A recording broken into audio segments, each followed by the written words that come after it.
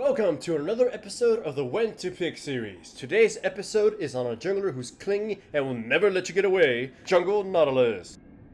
Jungle Nautilus is one of the most powerful tank junglers in the game who can provide all the crowd control a team might need just by himself. He's a walking lockdown machine that has an answer to almost every type of champion and can become nearly unkillable. Contrary to popular belief, he is actually a very fast clearing jungler and has no problems just farming, though his primary goal is to obliterate the enemy team through ganks, and he has the tools to do that across all phases of the game. He is known for being a very vulnerable jungler to other invaders and such, to the extent that it can be possible to just shut him out of the game early. Even so, he is seen as a very team-friendly pick, as your reliance on your teammates is enormous due to Nautilus's lack of killing power, but his ability to assist his team makes up for it. Jungle Nautilus, as already stated, is weak to other junglers in skirmishes and invasions. This is largely due to the majority of his damage being attached to a shield that can be easily destroyed in its early ranks. Once his shield is destroyed, it takes a damage component with it, thus making Nautilus a fragile champion and one that can't even hope to fight back. During invasions, his shield is also constantly on cooldown as he needs to use it in order to clear. It doesn't help that he is also one of the slowest champions in the game. This makes it obviously horrible to pick him into aggressive junglers like Nunu, Lee Sin, and especially Elise. Just flat out avoid picking into them. As long as hyper aggressive invaders are a common trend, it is very risky to pick him early in champion select. Nautilus's true power comes from his ability to lock down almost any champion and approach a gank in multitude of ways. With 4 forms of crowd control that all work completely different ways,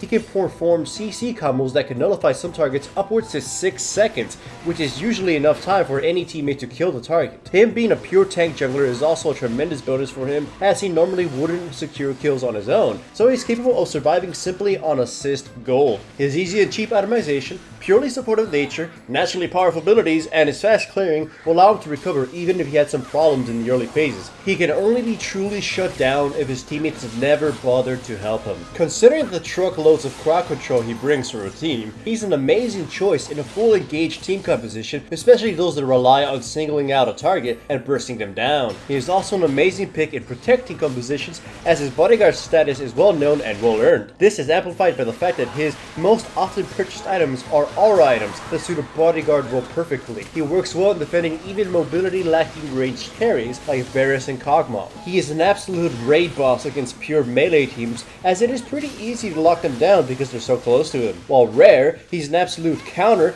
to many melee carries, as they make it far too easy for him to initiate his CC lockdown combos. He is a nightmare for champions like Jax, Tryndamere, and Xin Zhao. While he personally would die to him, he could single-handedly lock them down during a team fight, enabling his teammates to pick them off. Aside from carries that he'll protect, Nautilus is incredibly cruel when teamed up with another CC machine. If Nautilus is teamed up with someone like Blitzcrank or Maokai or especially Volibear, the enemy team will struggle to kill anyone important on their team. A double bodyguard team is a viable team composition as long as you have a reliable carry that can make up for the lack of damage the composition tends to suffer from. Nautilus definitely has counters available. Aside from early invaders that can wreck him early, any champion with kiting potential and blinks can make his day miserable. Absolute counters to him in teamfights are champions such as Alistair, Nami, Olaf, and God help you, Ajana. Basically champions with knockbacks or CC immunity or any sort of thing that can help their teammate escape from Nautilus's lockdown. As it was previously mentioned, Nautilus is a pure tank that fares very well with aura items.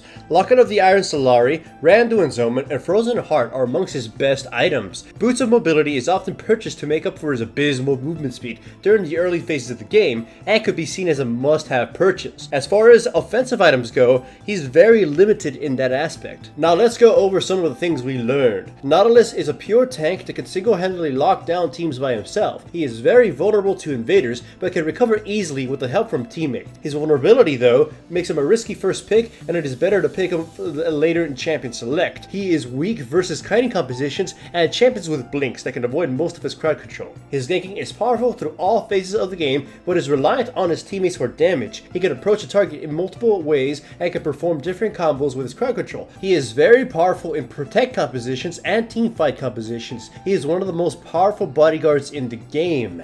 His builds are cheap and effective, but are largely only defensive items, and he doesn't have much in the way of offense.